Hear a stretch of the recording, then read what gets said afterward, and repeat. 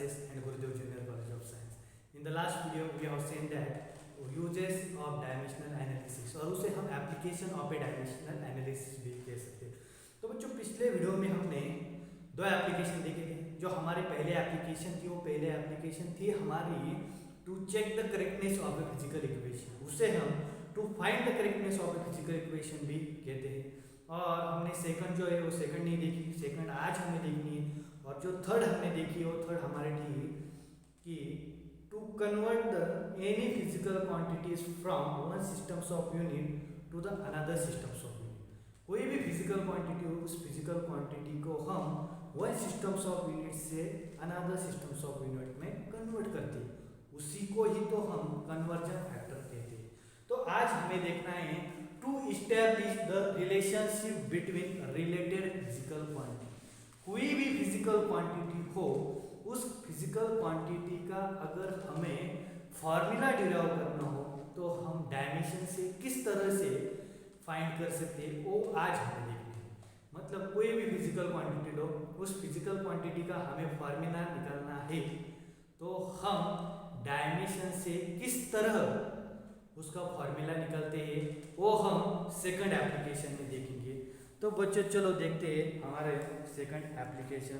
तो एक जो फिजिकल क्वांटिटी है वो फिजिकल क्वांटिटी हमें भी मालूम है, बहुत ही इजी है. काइनेटिक एनर्जी, काइनेटिक एनर्जी का फॉर्मूला हमें तो मालूम है 1/2 mv². हमने पढ़ा है, 10th में भी पढ़ा है, 11 में भी पढ़ा है और 12 में भी पढ़े. तो काइनेटिक एनर्जी जो होती है वो काइनेटिक एनर्जी डिपेंड्स होती है किस दोनों चीज़ों पर डिपेंड्स होती है. तो मास पर भी डिपेंड्स होती है और वेलोसिटी पर डिपेंड्स होती है. तो बच्चों मैं यहाँ पे लिख लेता हूँ जो एनर्जी जो होती है वो energy directly proportional to mass and velocity. Mass and velocity पे जो एनर्जी होती है काइनेटिक एनर्जी होती है वो काइनेटिक एनर्जी डिपेंड्स होती है. तो बच्चों ये जो डायरेक्टली प्रोपोर्शनल टू सिंबल गया तो इसके जगह पे आता है इज इक्वल टू. अगर इज इक्वल टू आता है तो एक कोई ना कोई कांस्टेंट टर्म आएगी. कांस्टेंट टर्म तो आना जरूरी है अगर डायरेक्टली प्रोपोर्शनल टू सिंबल गया तो यहाँ पे मैं लिख देता हूँ कि m इंटू v. अभी m का पावर हमें मालूम नहीं, v का भी पावर हमें मालूम नहीं, तो हम यहाँ पे मान लेते हैं m का पावर a और v जो है उस v का पावर हम b मान लेते हैं. अब बच्चों एक बात ध्यान में रखना, जो कांस्टेंट टर्म होती है वो कांस्टेंट टर्म हमेशा डायमेंशन लेस होती है, हमेशा डायमेंशन लेस होती है. तो चलो हम इससे देखते हैं कि ये जो फॉर्मूला है वो फॉर्मूला किस तरह से निकलती है. ठीक है, तो यहाँ पे मैं लिख लेता हूँ जो एनर्जी जो है वो energy kinetic energy is equal to constant k m mass का पावर a एंड वेलोसिटी का पावर b. अभी k जो कांस्टेंट है मतलब डायमेंशन लेस है, e है ये काइनेटिक एनर्जी है उसके डायमेंशन हम निकाल सकते हैं, मास के डायमेंशन निकाल सकते हैं, वेलोसिटी के भी डायमेंशन अब निकाल सकते हैं. हमने यहाँ पे पावर मान लिया a, v के ऊपर पावर मान लिया हमने b. तो यहाँ पे मैं डायमेंशन के काइनेटिक एनर्जी डायमेंशन का यहाँ पे जो सिंबल है डायमेंशन का है यहाँ पे k m का पावर होगा यहाँ पे a और जो वेलोसिटी है उस वेलोसिटी का यहाँ पे पावर होगा b. यहाँ तक तो कोई दिक्कत नहीं. अभी बच्चों काइनेटिक एनर्जी का हमें डायमेंशंस मालूम है तो मैं यहाँ पे लिख लेता हूँ काइनेटिक एनर्जी के डायमेंशन m⁻⁴ l⁻² और t⁻⁻². काइनेटिक एनर्जी के ये डायमेंशन है. अगर डायमेंशंस आपको मालूम नहीं तो पिछले वीडियो में जाकर देखो, एक पूरा वीडियो जो है वो पूरा वीडियो हमने डायमेंशंस पे किया है. तो काइनेटिक एनर्जी का डायमेंशंस आता है m⁻⁴ l⁻² और t⁻⁻². ये तो कांस्टेंट टर्म है तो इसे ले लिया और नहीं ले लिया तो भी ठीक है चलेगा, कोई प्रॉब्लम नहीं. अभी मास का डायमेंशन क्या आएगा, मास का डायमेंशन आएगा 1, मास में लेंथ नहीं तो लेंथ 0, t टाइम में नहीं तो टाइम भी 0. ये आ गया हमारा मास का डायमेंशन m⁻⁴ l⁻⁴ और t⁻⁴ 0. और यहाँ पे पावर लिख लेते हैं पावर a.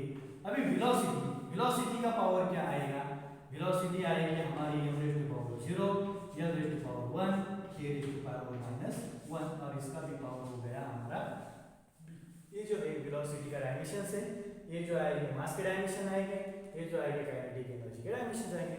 अभी बच्चों इस डायमेंशन से हमें जो काइनेटिक एनर्जी का फॉर्मूला आता है, काइनेटिक एनर्जी का फॉर्मूला हमारा होता है 1/2 mv², वो आना चाहिए इस डायमेंशन से। तो देखते हैं कैसे आता है।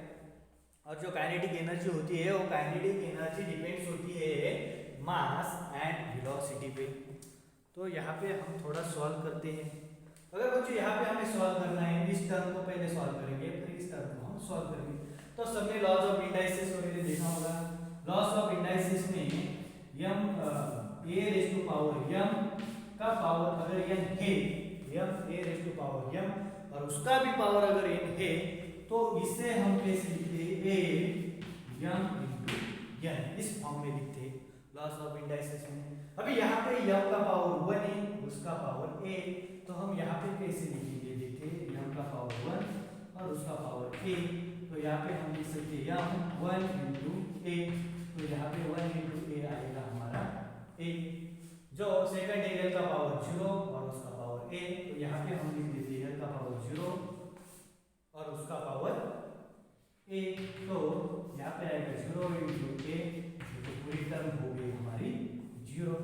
और जो तीसरा जो है टाइम का पावर है 0, मतलब यहाँ पे टाइम का पावर है 0, उसका पावर है a, तो t 0 into a is equal to t का पावर भी आएगा 0। तो एक टर्म जो है बच्चों, एक टर्म आएगी हमारी m raise to power a, l raise to power 0, t raise to power 0।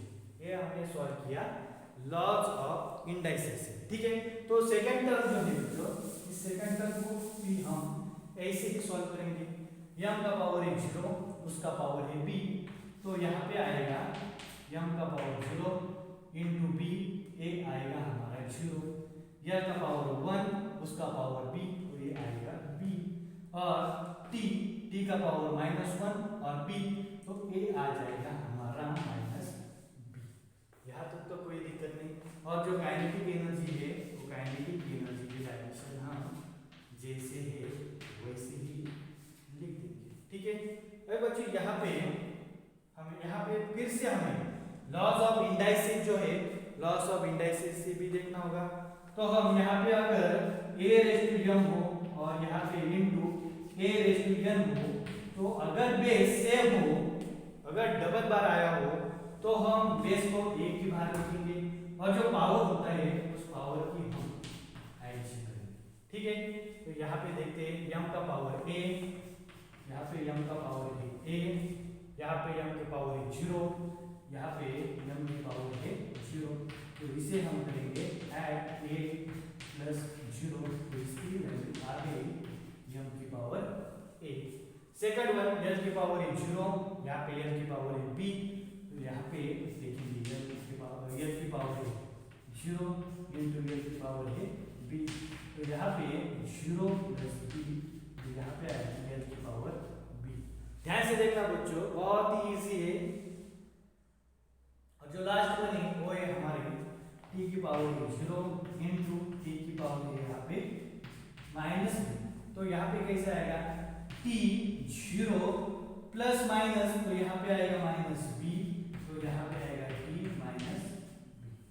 तो हम इसे सॉल्व करने के बाद हमारा मास का पावर आएगा a, l का पावर आएगा b और t का पावर आएगा -b,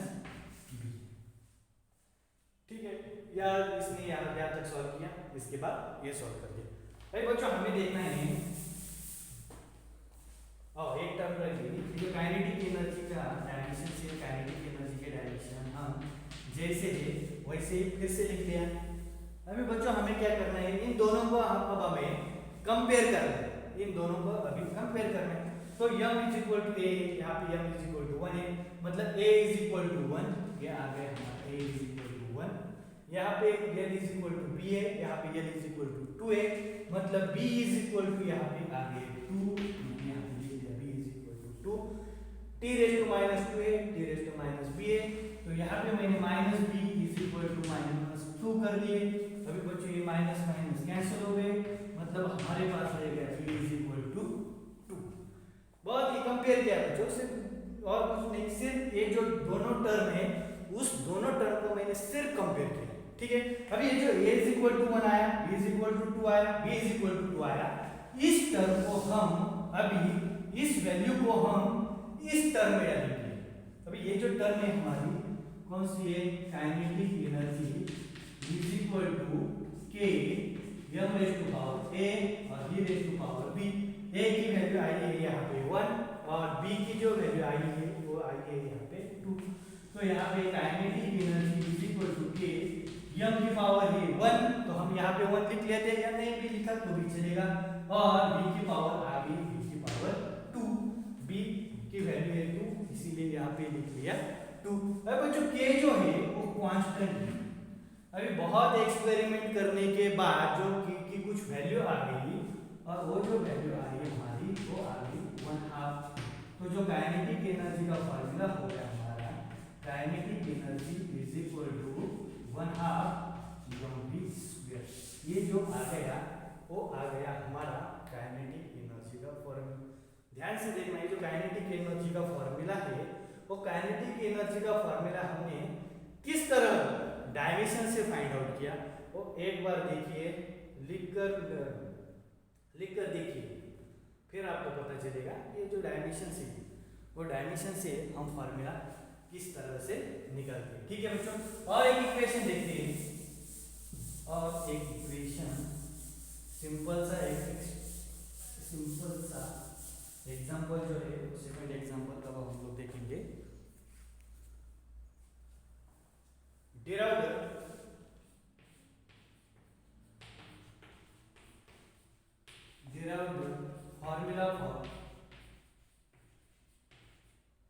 formula for period of oscillation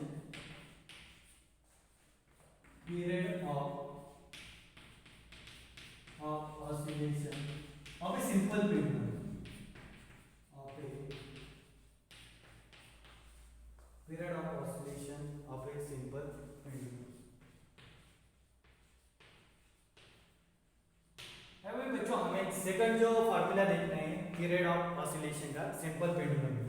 तो सिंपल पेंडुलम आपने देखा है, पिछले वीडियो में देखा है, जो सिंपल पेंडुलम होता है वो सिंपल पेंडुलम कैसे होता है, यहाँ पे एक रिजिड सपोर्ट होता है, इस रिजिड सपोर्ट को यहाँ पे एक स्प्रिंग होती है, और उस स्प्रिंग को एक मास जो होता है वो मास अटैच होता है, ये तो हमने देखा है। और ये जो मास होता है वो मास का, ये जो मास होता है उस मास को मैंने यहाँ पे खींच लिया, यहाँ पे मैंने इस मास को खींच लिया, और यहाँ से मैंने इस मास को छोड़ दिया। छोड़ देने के बाद ये जो मास है वो मास यहाँ पे आएगा, यहाँ पे आने के बाद ये मास फिर से क्या हो जाएगा, पीछे आएगा, फिर आगे जाएगा, फिर पीछे जाएगा। तो ये जो होता है ये क्या होता है, तो एक ऑसिलेशन होता है। ये जो ऑसिलेशन होता है ये ऑसिलेशन किस तरह होता है, to and fro from its mean position.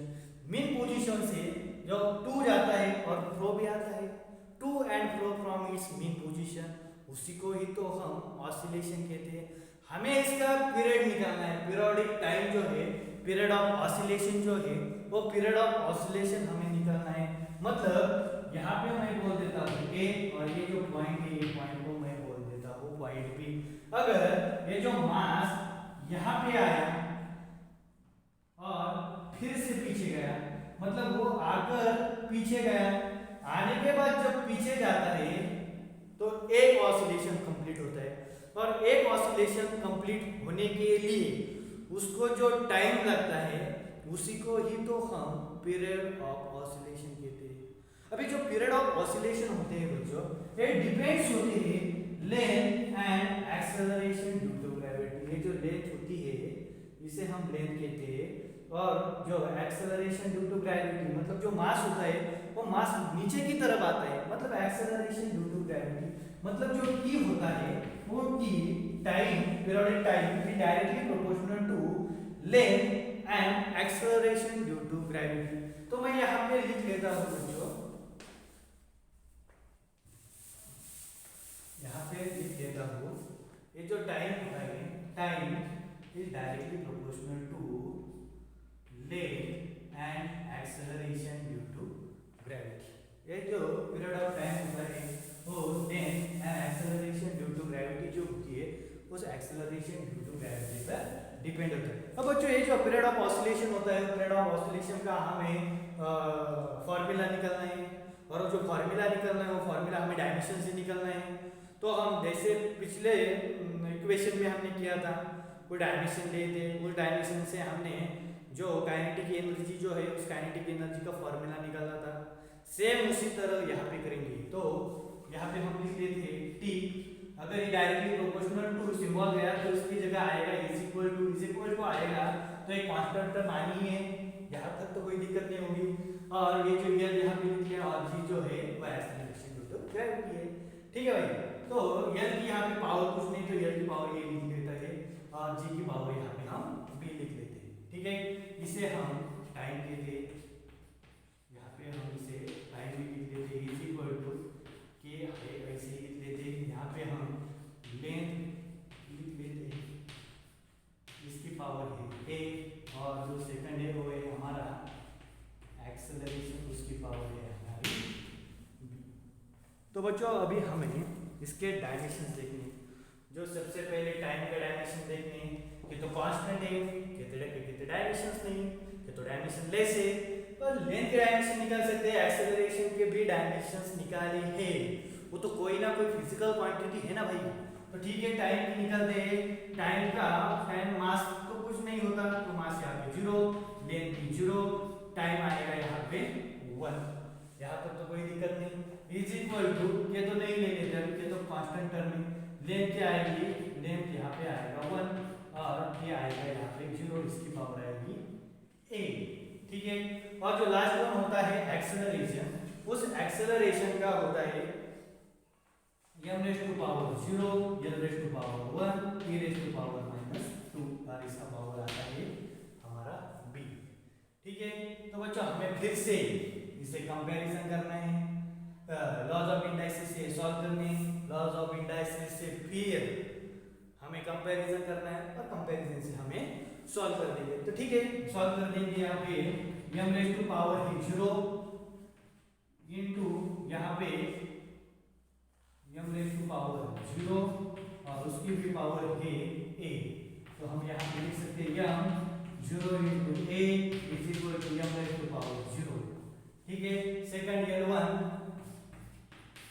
है, उसकी पावर a, तो यहाँ पे हम लिख लेते हैं 1 into a is equal to l की पावर आ गई a, और लास्ट में t0, t की पावर है 0, और उसकी पावर है a, तो यहाँ पे आएगा t 0 into a is equal to t raised to power 0। तो बच्चों यहाँ पे जो सॉल्व करने के बाद, लॉज ऑफ इंडाइसिस से सॉल्व करने के बाद हमारा आंसर क्या आया है, m की पावर आई 0, l की पावर आई a, t की पावर आई 0। ये हमने लॉज ऑफ इंडाइसिस से सॉल्व किया है, ये मैं तीसरी बार हमने लॉज ऑफ इंडाइसिस से सॉल्व किया है। तो अभी हमें सेकंड टर्म सॉल्व करनी है, तो सेकंड टर्म क्या है, m रेज़ टू पावर 0, उसकी भी पावर b, तो यहाँ पे m 0 into b, ये बन जाएगा m रेज़ टू 0, यहाँ पे 1 है, m raise to power 1, sorry l raise to power 1, उसकी पावर है b, तो यहाँ पे हम लिखते हैं 1 into b is equal to l की पावर है b। और जो लास्ट में है t की पावर है यहाँ पे -2, और उसका पावर है b, तो हम यहाँ पे लिख लेंगे -2 into b, तो ये आएगा हमारा -2b। ठीक है बच्चों, तो यहाँ पे मैं लिख लेता हूँ m raise to power 0, l raise to power b, t raise to power -2b। यहाँ तक तो हमने लॉज ऑफ इंडाइसिस जो है उस लॉज ऑफ इंडाइसिस से यहाँ तक हमने सॉल्व किया। बच्चों फिर से यार इसे लॉज ऑफ इंडाइसिस से हमें सॉल्व करना है, तो हम कैसे सॉल्व करेंगे, जो बेस है उस बेस को हम एक बार लिखेंगे m raise to 0 into m raise to 0, तो ये पूरी टर्म का है m रेज़ टू 0, तो ये आएगा हमारा m raise to power 0। Second one l raise to power a, l into a into l into b, तो इससे हम ऐसे लिख सकते a प्लस b। और जो थर्ड है t रेज़ टू पावर 0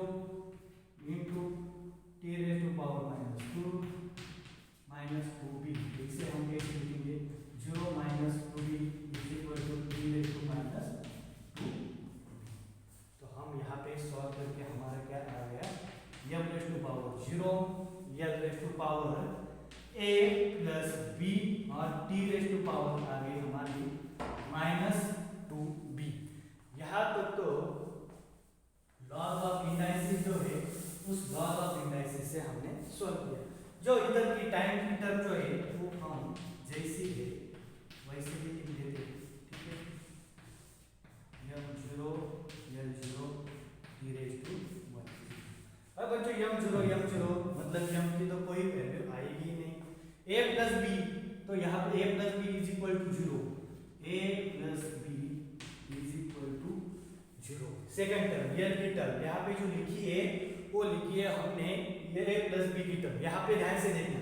और जो लास्ट वन है डी की, यहाँ पे minus two B is equal to one, minus two B is equal to one. अभी बच्चों जो b जो है उसे हम इस साइड ले लेते हैं, तो ये आ जाएगा हमारा a is equal to minus B. ये जो b जो है b को हम इस साइड ले लेते हैं तो बन जाएगा हमारा माइनस बी। और यहाँ पे 2b, इसको इस माइनस टू को मैं यहाँ पे डिवाइडेड ले लेता हूँ, तो यहाँ पे आएगा b is equal to minus one by two. मतलब a जो आएगा हमारा a is equal to b, तो क्या आ गया माइनस वन, यहाँ पे माइनस, और b की वैल्यू आ गई हमारी माइनस वन बाय टू। तो ये माइनस माइनस बन जाएगा प्लस, मतलब हमारी टर्म आ गई a is equal to one by two, और b की वैल्यू आ गई हमारी b is equal to minus one by two. ध्यान से देखना बच्चों, कुछ भी नहीं किया, सिर्फ क्या किया, ये दो जो टर्म है उसका कंपैरिजन किया है। ये जो यल की वैल्यू a प्लस बी, यहाँ पे यल की वैल्यू है जीरो, तो यहाँ पे लिख लिया a plus B is equal to zero. अभी बच्चों b को मैं इस साइड ले लेता हूँ, तो ये जो प्लस है उसका बन जाता है माइनस, तो is equal to a is equal to minus b बन गया। और यहाँ पे minus two B is equal to one, जो थर्ड टर्म है, तो minus two B is equal to one. ये माइनस टू जो है वो यहाँ पे अगर डिवाइडेड बाई लिख लेता हूँ तो उसका बन जाता है one half, minus one by two. और यहाँ पे b जो है वो टर्म सिर्फ मैंने ये जो इक्वेशन है इस इक्वेशन में डाल दी, a is equal to minus, और यहाँ पे b की वैल्यू है माइनस वन बाय टू, ये दोनों माइनस माइनस हो जाएंगे प्लस, तो a is equal to one by two. अभी बच्चों हमें देखना है ये जो दो वैल्यू है a की और b की, ये हम इस इक्वेशन में डाल देते हैं। तो ये जो इक्वेशन है, इक्वेशन हमारा t इज इक्वल टू के कांस्टेंट, और l का पावर है हमारा वन बाय टू, और g का पावर है हमारा माइनस वन बाय टू। इसे लिख लेते हैं, एक मिनट।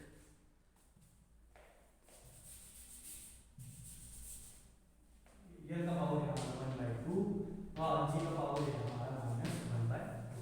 अगर g को मैं यहाँ पे लिख लेता हूँ तो हमारा इक्वेशन आएगा l का पावर है वन बाय टू, और डिवाइडेड बाय g का बन जाएगा माइनस का यहाँ पे प्लस वन बाय टू। ठीक है, तो हम यहाँ पे ऐसे भी लिख सकते हैं t इज इक्वल टू के यल अपॉन g, और जो दो टर्म है उसको मैं एक ही बार लिख लेता हूँ।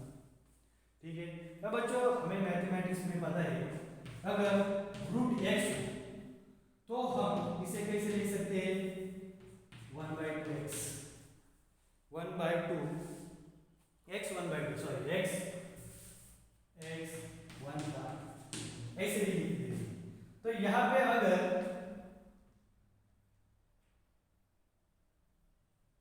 x वन बाय टू हो तो इसे हम रूट x भी लिख सकते हैं। तो फिर यहाँ पे यल अपॉन जी जो है, l upon g one by two है, तो हम इसे कैसे लिख सकते हैं, रूट यल अपॉन जी। अगर रूट यल अपॉन जी हो तो हम इसे कैसे लिख सकते हैं, l upon g one by two, ऐसे भी लिख सकते हैं। तो मैं यहाँ पे लिख देता t इज इक्वल टू के रूट यल अपॉन जी। मतलब ये जो यल अपॉन जी जो है ये आ गया हमारा जो टाइम जो है उस टाइम का फॉर्मूला। ये जो टाइम का जो फॉर्मूला आता है उस टाइम का फॉर्मूला हमने जो डायमेंशन से उस डायमेंशन से निकाला है। ये जो दो एग्जांपल है वो दोनों एग्जांपल हमारे to establish the relationship between related physical quantities. I hope आप लोग समझ गए होंगे। मिलेंगे नेक्स्ट